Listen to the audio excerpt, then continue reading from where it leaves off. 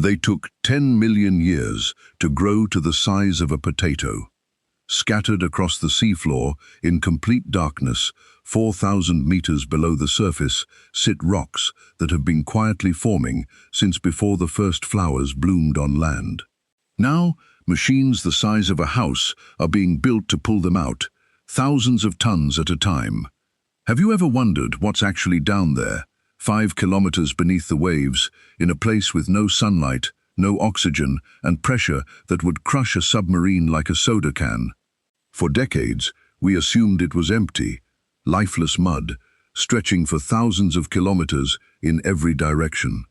But what scientists found beneath that mud didn't just surprise them, it forced an uncomfortable question. Are we about to destroy something we don't even understand yet?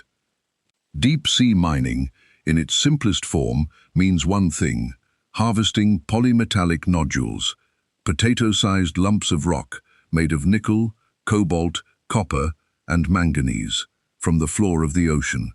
And the epicenter of this new industry is a stretch of seabed called the Clarion-Clipperton Zone, sitting in international waters between Hawaii and Mexico. Depending on which study you read, estimates for its size range from 4.5 to 6 million square kilometers, an area larger than India, sitting almost entirely outside any single nation's control. To reach it, companies design machines that look like something out of science fiction. A collector vehicle, roughly the size of a small house, is lowered on a cable through 4 kilometers of open ocean. Once it touches down, it crawls across the seabed like a slow, mechanical harvester, using water jets or mechanical arms to lift nodules off the mud and draw them inside. From there, the nodules are pumped up a riser pipe, essentially a 4-kilometer-long straw, climbing through total darkness, through crushing pressure, through near-freezing water, until they reach a ship waiting on the surface. On paper, it sounds almost simple. In practice, every part of that chain is fighting against conditions engineers have barely tested at this scale. At 4,000 meters, the pressure is more than 400 times what you feel at sea level. Equipment that works perfectly in a lab can fail in minutes down there. Sediment behaves differently. Cables stretch and snap under loads no one predicted, and unlike an oil rig, there's no way to simply climb down and fix something by hand. Every repair means hauling kilometers of pipe back to the surface, one section at a time, a process that can eat up days, sometimes weeks, of expensive ship time. It's a strange kind of mining. No tunnels, no shafts, no miners underground. Just robots, alone, in a world with no light, doing a job humans have never fully attempted before. Picture the scale of it for a second. 4 kilometers of open water sits between the ship on the surface and the machine on the bottom, roughly the height of 13 Eiffel Towers stacked on top of each other, except every one of those kilometers is pitch black, near freezing, and pressing down with the weight of an entire ocean. A single tangled cable, a single stuck valve, and an operation worth hundreds of millions of dollars grinds to a halt, thousands of meters above the machine that's supposed to fix it. And the deeper companies push into this frontier, the more they're discovering that the seafloor isn't the barren wasteland they expected. It's something else entirely. For most of the 20th century, the abyssal plain, the vast, flat seabed beneath thousands of meters of open ocean, was considered one of the most boring places on Earth. No sunlight ever reaches it. No plants grow there. Scientists assumed it was essentially a desert, soft mud, scattered rocks, and almost nothing alive. That assumption turned out to be wrong. When researchers began surveying the Clarion-Clipperton Zone in detail, they didn't find an empty seabed. They found an ecosystem. Sea cucumbers gliding across the mud, sponges anchored to the nodules themselves, using them as the only solid surface for hundreds of kilometers. Strange ghost-white octopuses, since nicknamed Casper, laying their eggs on sponge stalks that grow exclusively on these rocks.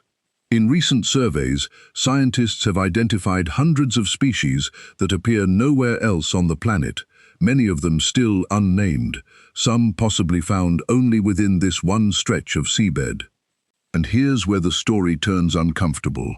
Those nodules, the very rocks these creatures depend on, aren't just sitting there, they're alive, in a sense. They grow, layer by layer, as minerals slowly precipitate out of the seawater and settle onto a tiny core, like a shark's tooth or a fragment of shell. But they grow at an almost incomprehensible pace, just 1 to 10 millimeters every million years.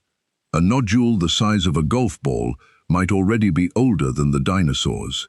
A nodule the size of a potato, the size companies are hoping to scoop up by the ton, took somewhere between 10 and 20 million years to form. Which means these aren't a renewable resource in any sense that matters to us. If we strip a section of seafloor bare today, it won't come back in our lifetime, it won't come back in 10 lifetimes. To put it in human terms, every nodule sitting on that seabed started forming before our own species, Homo sapiens, even existed. The habitat that took longer to form than the existence of our own species could be erased in an afternoon by a single machine, and the seabed beneath it would remain essentially barren for millions of years afterward. For a long time, this was mostly theoretical, a warning based on models and lab estimates, not real-world evidence. Companies argued that actual mining might be less destructive than the worst-case predictions. Environmental groups argued the opposite. Neither side had a definitive answer. Then, in 2022, someone finally ran the real experiment. Not a simulation, not a small-scale test in a tank. An actual industrial mining vehicle on the actual seafloor, doing exactly what a commercial operation would do. And what happened next gave both sides something they weren't expecting: hard, measurable data. In 2022, a mining contractor called Nori, working with the Belgian company Allseas, lowered a prototype collector vehicle to the seafloor of the Clarion-Clipperton zone at a depth of roughly 4,280 meters.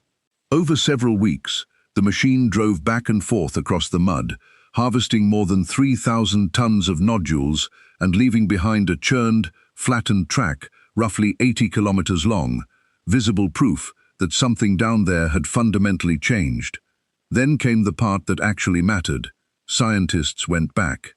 Roughly 2 months after the test ended, researchers returned to the site to measure what remained. What they found was stark. Inside the mining tracks, the density of macrofauna, the small animals living on and just beneath the seabed surface, had dropped by 37% compared to untouched areas nearby. Species richness, essentially a measure of how many different kinds of life were still present, had fallen by 32%. This wasn't a worst-case model or a hypothetical projection. This was measured 2 months after a single test run across a track less than the width of a highway. Think about what that means at scale. A single prototype vehicle running for a few weeks cut an 80-kilometer scar into the seabed and measurably reduced the life within it. Commercial operations are being designed to run multiple vehicles, continuously, for years, across areas that could eventually span hundreds of square kilometers. And remember, this is happening to a habitat that, by some estimates, needs millions of years to rebuild itself. What makes this test so significant isn't just the numbers themselves. It's that, for once, an argument about the deep ocean didn't have to rely on projections or worst-case modeling. There was a track. There were before and after measurements. There was a paper trail. For an industry that has spent years insisting the seabed would recover quickly, this was the first real-world data point, and it didn't support that claim.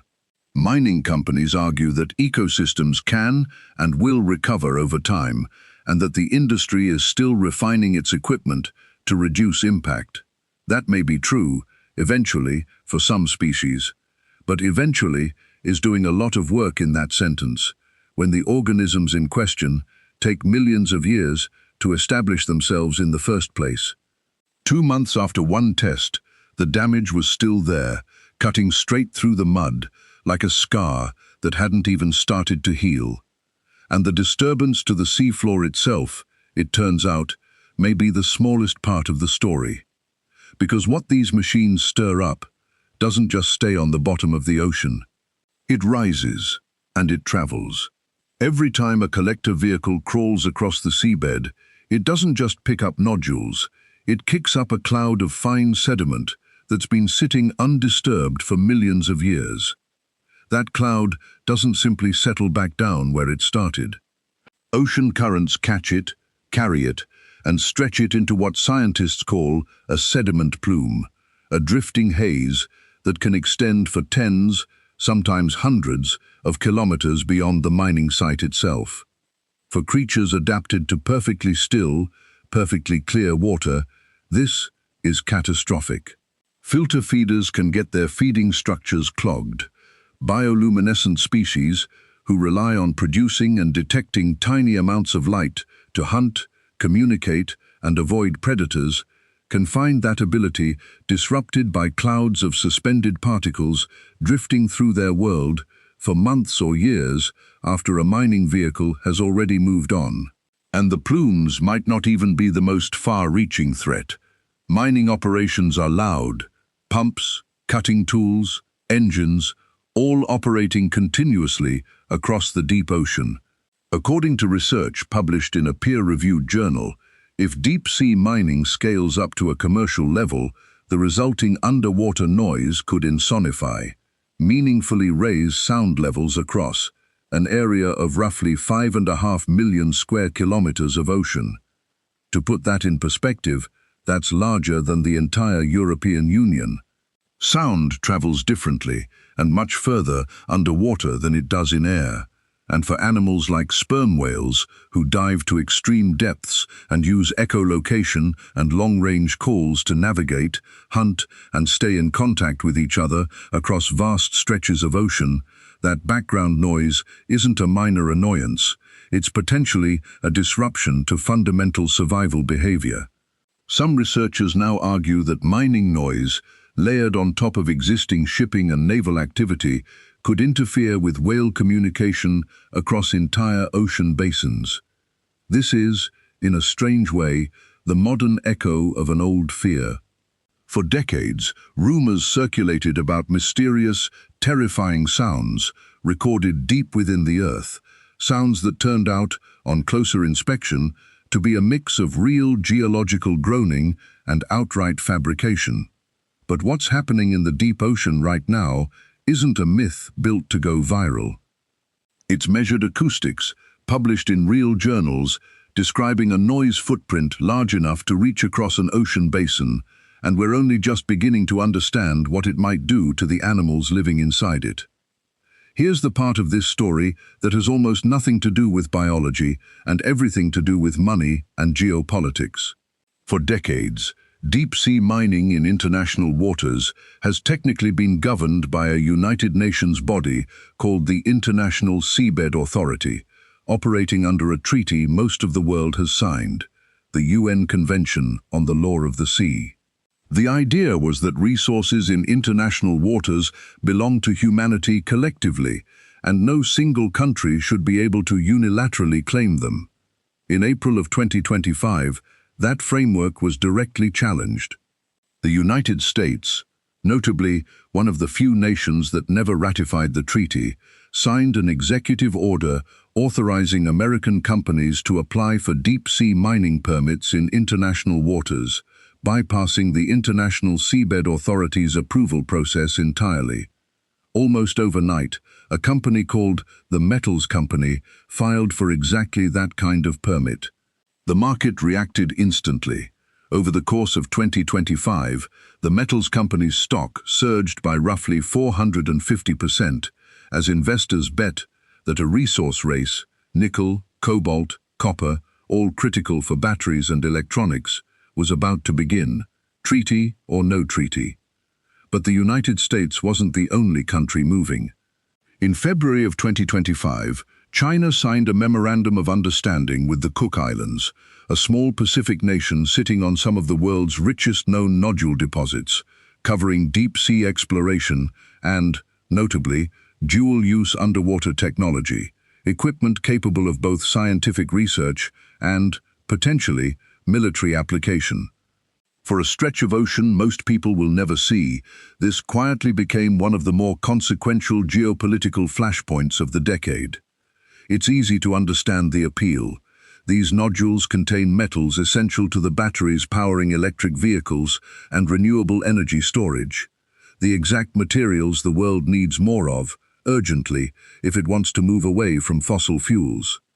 Whoever controls that supply chain gains real leverage. And unlike land-based mining, which requires negotiating with sovereign governments, indigenous communities, and existing environmental regulations, the deep ocean has historically been almost a legal grey zone, international waters, minimal enforcement, and a resource nobody had the technology to reach until now. So on one side, you have companies and governments racing to claim territory before anyone else does, framing this as an urgent, strategic necessity.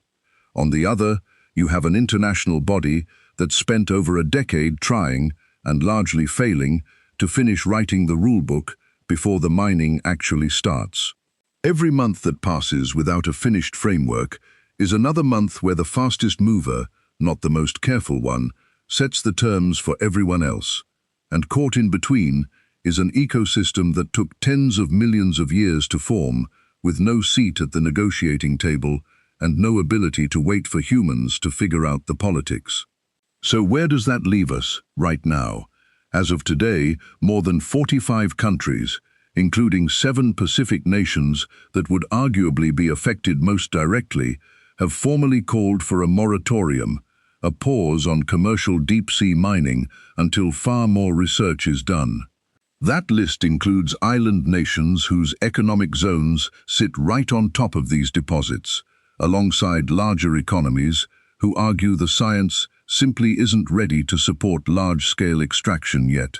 The International Seabed Authority has held session after session trying to finalize what's known as the Mining Code, the actual legal rulebook that would govern how, where, and under what environmental conditions commercial mining could begin. In March of 2026, delegates met for 11 days, argued over environmental thresholds, royalty structures, and liability rules, and adjourned once again without approving a single commercial exploitation contract and without finishing the code itself. Then, just weeks before this video, it happened again. In a session running from July 13th to the 24th of 2026, the International Seabed Authority once more failed to finalize its mining regulations, and in a move that frustrated environmental groups even further, extended a controversial existing exploration contract rather than letting it lapse while the rules remained unfinished. In other words, as you're watching this, there is still no completed legal framework governing commercial deep-sea mining in international waters. Companies are testing equipment, governments are signing bilateral deals to root around the stalemate. Stock prices are swinging on political headlines, and the actual rulebook, the thing meant to decide whether and how any of this can legally happen, remains, quite literally, unfinished. This isn't a story that ended a decade ago, tucked safely into history. It's one still unfolding, argument by argument, session by session, while the seafloor itself sits 4 kilometers below, entirely unaware that its fate is being negotiated in conference rooms thousands of miles away. It's worth sitting with the timeline here because it's easy to lose track of just how lopsided it is. It took the ocean 10 million years, sometimes 20, to grow rocks the size of a potato. It took a single prototype machine a few weeks to leave an 80-kilometer scar across the seabed, and just 2 months for scientists to measure the life disappearing inside it. We are, right now, deciding the fate of an ecosystem older than most of human history, in meeting rooms, on a timeline measured in months and fiscal quarters. Maybe that trade-off is worth it.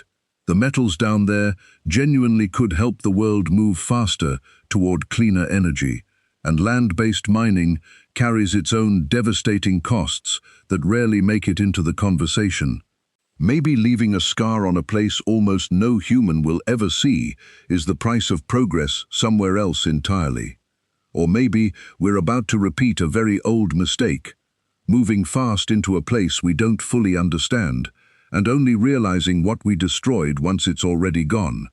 Either way, the decision isn't happening in some distant future. It's happening this year, in sessions most people will never hear about a place most people will never see. The only real question left is this: once the ISA finally writes the rules, will there still be something down there left to protect?